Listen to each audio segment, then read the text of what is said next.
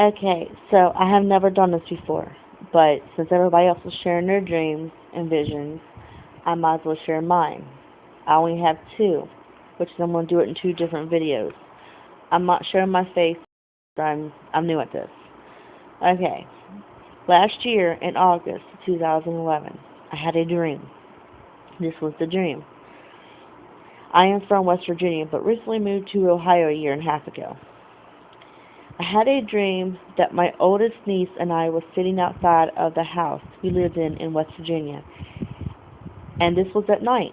And I looked up and seen purple stars in the sky. So I got up and walked to the front of the house, and over the rooftop of the house in the sky there was massive clouds rolling in, and them clouds looked like lightning mixed with fireworks, and the clouds purplish white mixture with dark blue. Underneath of it was like a velvet type blackish blue, but in between the clouds was the purplish and all the lightning stuff that looked like it was going on. And I handed my laptop over to my niece. Granted, she was standing up when I handed it to her.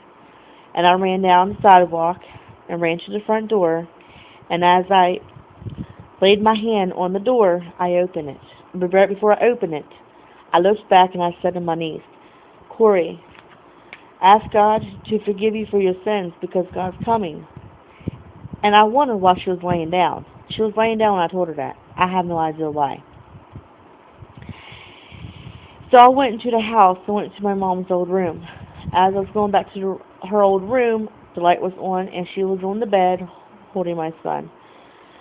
She was playing with him, and I said, Mom, get up.